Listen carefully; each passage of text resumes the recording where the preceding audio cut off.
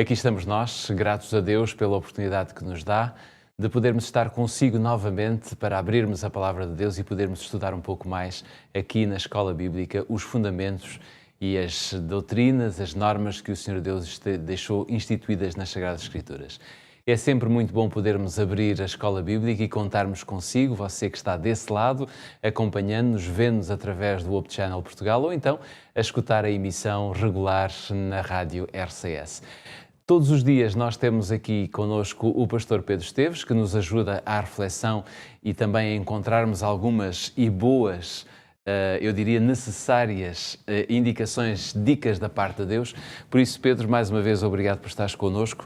Nós começamos sempre com um sumário, abrimos sempre a Escola Bíblica desta forma. Qual é o sumário de hoje? Temos falado aqui ao longo dos últimos dias muito sobre lutas, fraquezas, e hoje vamos analisar se o facto de Paulo assumir claramente, como vamos ver, de forma incrível, expondo-se mesmo às suas fraquezas e derrotas até, se isso é uma desmotivação para nós ou, pelo contrário, se é uma fonte de inspiração. Vamos tentar chegar a essas conclusões rapidamente, temos o nosso tempo já a contar, mas antes e para que nós entremos exatamente neste pormenor, vamos abrir a Palavra de Deus em Romanos capítulo 7. Queremos ler no capítulo 7, 2 ou 3 versículos, vamos ler do 22 ao 25. Siga atentamente a nossa leitura que diz: porque, segundo o homem interior, tenho prazer na lei de Deus, mas vejo nos meus membros outra lei que batalha contra a lei do meu entendimento e me prende debaixo da lei do pecado que está nos meus membros. Miserável homem que eu sou. Quem me livrará do corpo desta morte? Dou graças a Deus por Jesus Cristo, nosso Senhor. Pedro, é realmente, eu diria, uma expressão extremamente impressionante esta que o apóstolo Paulo vai mencionar nesta passagem, quando ele diz: miserável homem que eu sou. Quando nós lemos esta passagem, se calhar alguns de nós vamos pensar que se Paulo se sentia assim, como é que eu me vou sentir perante a minha vida de pecado? É verdade. Quer dizer, um homem que é um exemplo para nós, é um herói da fé, no fundo, um homem que labutou tanto por Cristo e com Cristo, e se chega a um ponto, não é, em que declara miserável homem que eu sou, isso até nos pode desalentar um pouco, não é? Mas eu acho que a leitura que podemos fazer destas palavras é até mais a contrária.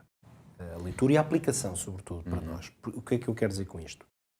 Porque nós também podemos ler da seguinte forma: se Paulo, apesar destas lutas que viveu, de se sentir miserável como nós nos sentimos, o que pode nos surpreender, mas se ele se sentiu assim, e no entanto, nós conseguimos reconhecê-lo como um grande homem de Deus, se ele pôde, apesar desta miséria, usando a sua expressão, fazer uma obra tremenda, da qual nós ainda somos hoje herdeiros, porque muita da estrutura da Igreja Cristã que foi estabelecida por ele e permaneceu e deu frutos que continuam vivos, então nós também podemos ser vencedores. Claro, ele chegou ao fim da sua vida e disse: combati o bom combate. Sei que agora está...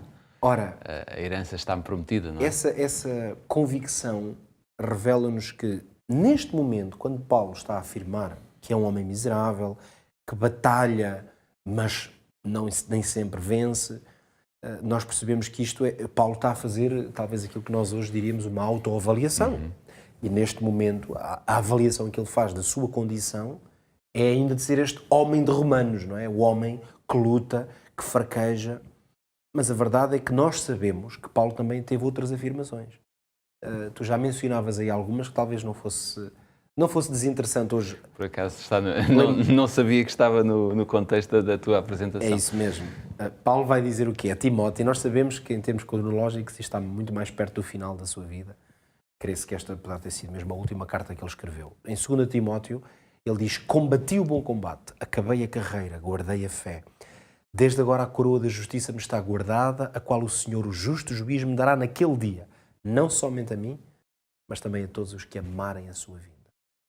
Quer dizer, isto aqui é um alento para nós, porque nós não podemos ler pelas mais variadas razões. Seja por esta, que é uma razão mais prática, mas seja também por razões até teológicas. Quantas vezes já dissemos aqui, nós não podemos ler um versículo isolado. Claro. Como se um versículo ou uma passagem em si pudesse conter toda a verdade ou toda a revelação de Deus. Não podemos. É como mesmo em Jesus Cristo, nós não podemos agarrar num episódio da vida de Cristo e querer encontrar naquele episódio toda a dimensão da pessoa de Cristo. Porque ele também estava limitado pela realidade humana. Por isso nós vamos encontrar momentos em que Jesus está irado, outros em que se compadece, uns em que chora, outros em que tem fome. Quer dizer, de todo esse cenário nós recebemos uma figura, uma imagem mais ampla de quem foi Jesus Cristo. Quanto mais na história de alguém, um homem, um simples homem, se podemos dizer assim, como Paulo, um momento, uma fotografia da vida dele, mesmo que seja uma radiografia feita por ele, não consegue dar uma visão global. Então, nós não podemos nos sentir desencorajados por Paulo afirmar miserável homem que eu sou. Creio que antes isso até pode ser fonte de esperança para nós. Não que nós nos alimentamos da miséria dos outros, Claro.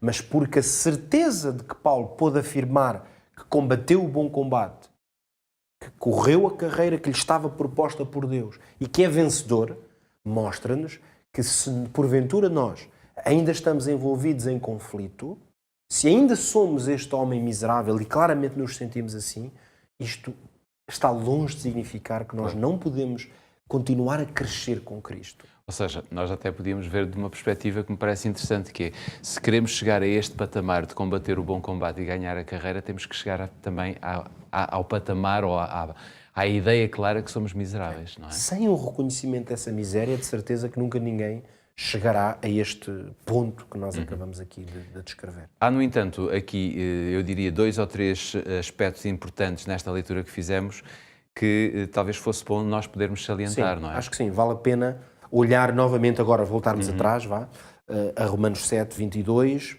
e até 25 e ver aqui alguns aspectos que são realmente muito, muito relevantes. Em primeiro lugar, esta ideia que o apóstolo Paulo descreve, literalmente dizendo: tenho prazer na lei de Deus. Claro que é no contexto da batalha, o homem interior dele é alguém que tem prazer na lei de Deus. Esta expressão é muito significativa na Bíblia. Eu gosto até de afirmar que esta afirmação é uma descrição do plano original de Deus. E porquê? Porque ajuda-nos a perceber que o ideal que está diante de nós qual é? É deleitarmos-nos naquilo que é bom, no que vem de Deus. Gosto muito de pensar, por exemplo, qual foi a experiência de Adão e Eva no princípio, criados realmente no paraíso. Em todo aquele esplendor. O esplendor de um estilo de vida perfeito, em que tudo o que faziam era deleite. Ou seja, havia prazer naquilo que era bom. Então nós podemos... Até no descanso que Deus dava, não é? Ou sobretudo no descanso. Exatamente. Tudo era prazeroso. O próprio Deus quase que descrevia ele próprio a ter essa experiência, quando à medida que os dias avançavam, ele dizia é bom, e no final é muito bom. Quer dizer, Deus criou-nos para olharmos ao que está à nossa volta e vivermos a nossa vida, e a sensação que temos é, uau, isto é muito bom. Claro. Portanto, ter prazer na lei de Deus é precisamente quando estamos num estado na nossa vida em que fazer a vontade de Deus é uma coisa que nos é agradável. E este é um caminho que é possível trilhar.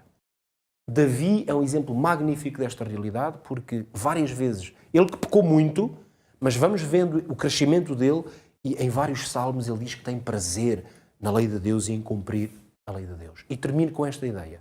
O apóstolo fala da lei do entendimento. E isto mostra-nos que, apesar de haver uma lei do entendimento, ele falhava. Nós temos que nos lembrar que a intelectualidade da fé não é suficiente. Conhecer ou saber intelectualmente ou teoricamente verdades, doutrinas, não é suficiente para termos prazer em Deus. Nós temos que conseguir ao mesmo tempo conhecer a doutrina, mas temos que aprender a desfrutar de Deus. Mesmo se o nosso tempo já terminou, qual é o recado que nós podemos dar lá para casa? O recado prático é este. Ninguém vence esta luta contra o mal por si mesmo, por isso invista na sua relação com Jesus, para que tenha prazer nele e nas coisas que ele nos deixou. Paulo usava a expressão dou graças a Deus por Jesus Cristo Nosso Senhor. Nós também damos graças a Deus por estarmos consigo diariamente e porque você faz da Escola Bíblica um momento onde você retira alguns minutos do seu tempo para aprender mais sobre Jesus. Esperamos sinceramente que este e todos os episódios até aqui possam ter sido do seu agrado, possam merecer toda a sua atenção. Quanto a nós, já sabe, continuaremos por cá a estudar a Bíblia consigo. Por isso, fica o encontro para o nosso próximo episódio. Até lá.